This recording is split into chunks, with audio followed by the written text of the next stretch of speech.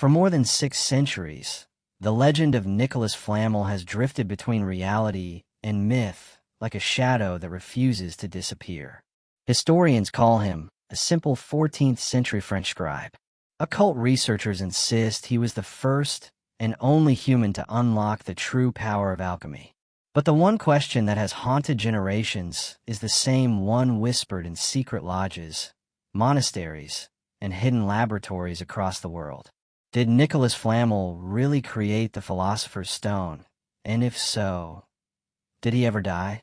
To understand the mystery, we must go back to Paris in the late 1300s, a city of plague, superstition, and relentless poverty. Flamel lived a modest life as a copyist. He was educated, meticulous, and known for producing beautifully ornamented manuscripts. But none of that explained the strange turn his life would soon take. According to Flamel's own writings, everything began one night in 1378 when a traveler approached him with a manuscript to sell. The book, written on thick vellum, was covered in symbols Flamel had never seen before, diagrams of celestial bodies, drawings of serpents swallowing their own tails, illustrations of trees whose branches dripped molten gold. The stranger claimed the book came from the east and vanished before dawn. Flamel purchased it without knowing that this single moment would define the next 7 centuries of speculation. The manuscript would come to be known as the Book of Abraham the Mage, a mysterious text written in a mixture of Hebrew, Greek, and encoded alchemical symbols. For more than 2 decades, Flamel struggled to interpret its meaning. Friends described him as increasingly withdrawn, consumed by a puzzle he could not solve. Even his wife, Perenelle, was said to have grown concerned. Yet she supported his obsession, sensing something extraordinary behind it. Then, something unbelievable happened. In a later account, Flamel claimed that during a moment of exhaustion, after years of failure, he experienced what he called a revelation of light. Symbols that once appeared meaningless now aligned perfectly. Formulas became coherent. The manuscript, he said, opened itself to him.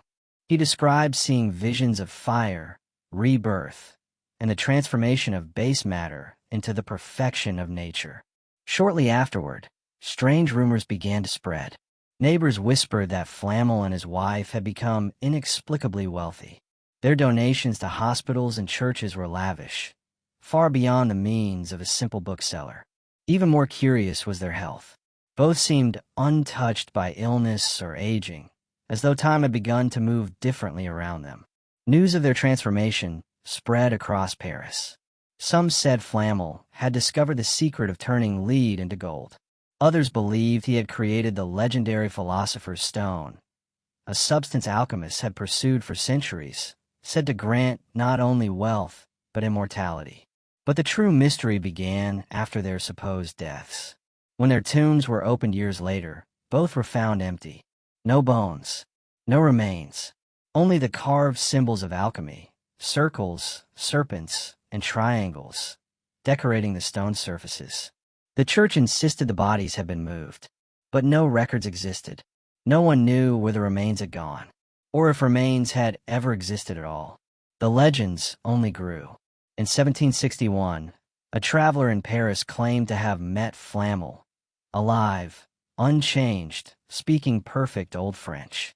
In the early 1900s, a bookseller purchased Flamel's old home and discovered hidden chambers beneath the walls, engraved with alchemical diagrams. One symbol appeared repeatedly, a flame burning inside an inverted triangle, an image associated with transformation of the soul. During World War II, Nazi occult divisions scoured Europe searching for Flamel's notes. Declassified documents show that Heinrich Himmler believed Flamel had achieved physical immortality and that the Philosopher's Stone was real. They searched Paris, ancient monasteries in Spain, and archives in Prague, yet found nothing. And then there is the strangest claim of all. In the 1980s, a historian in New York reported meeting an elderly man with a faint French accent. He introduced himself as Nicolas. He spoke about alchemical principles with such precision, such depth, that the historian later confessed He felt as though the man were describing lived experiences rather than academic concepts. She turned her head for a moment, and when she looked back, the man had vanished. Coincidence? Fabrication? Or a glimpse of something humanity was never meant to understand?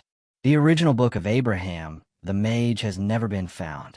Scholars dismiss it as fiction, yet fragments of its symbols match writings discovered in Egyptian temples, medieval Jewish mysticism, and Hermetic texts believed lost for centuries. That level of accuracy would have been impossible for an ordinary 14th century scribe. So what is the truth?